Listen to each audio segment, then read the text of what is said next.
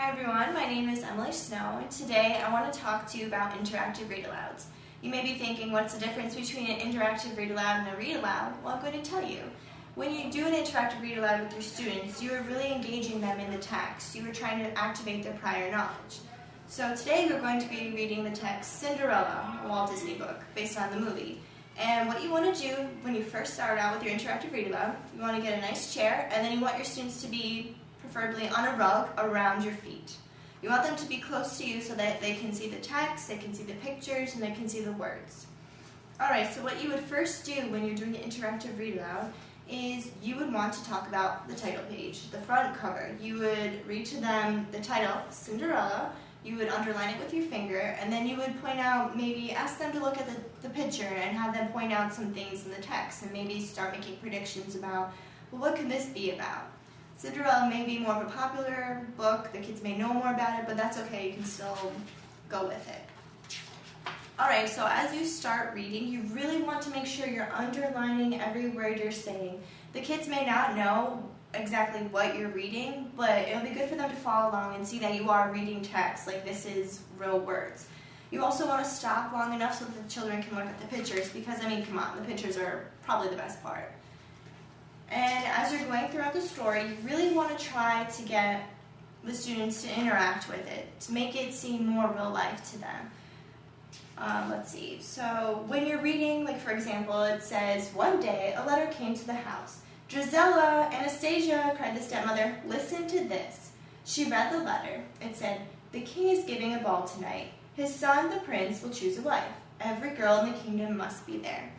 Try to notice how I did some expression there. You want the students to look at the text and know that, hey, this punctuation, you would read it this way. Like she changed her voice, the tone of her voice when she was reading. You want them to get that into their brains, that you don't just read monotone when you're reading a text. So as you're reading the book, you want to stop at least, let's say, 3 times a minimum, and have your students turn and talk with each other and then share with whatever you ask them to turn and talk about. You don't want to do too many because then the book, it's just tedious going through the book and you're stopping too much where they're losing the whole story. Let's see. You also want to point out things in the pictures. Have them really just look at the pictures, make some predictions, and make inferences. You don't have to use the big words if it's smaller children, but you can have them be making inferences little by little throughout the story. Let's see.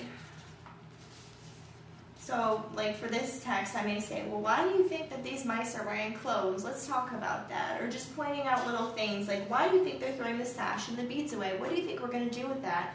Because you see the mice down here. You really want them to be drawn into the text to interact with it. So this is like a really good page. You just get them to look at it. Notice how this mouse has beads, this one has a sash, and they're cutting, and they may be able to make the inference or the prediction that maybe they're going to make a dress for Cinderella. So you keep going through the text, you want to read it to them with the expression, have them turn and talk. It's really important that you relate the text to your life. It's just really important because they want to be able to think that this could happen to them. That are not necessarily the Cinderella story, but like some of the texts are, you want it to be real to them.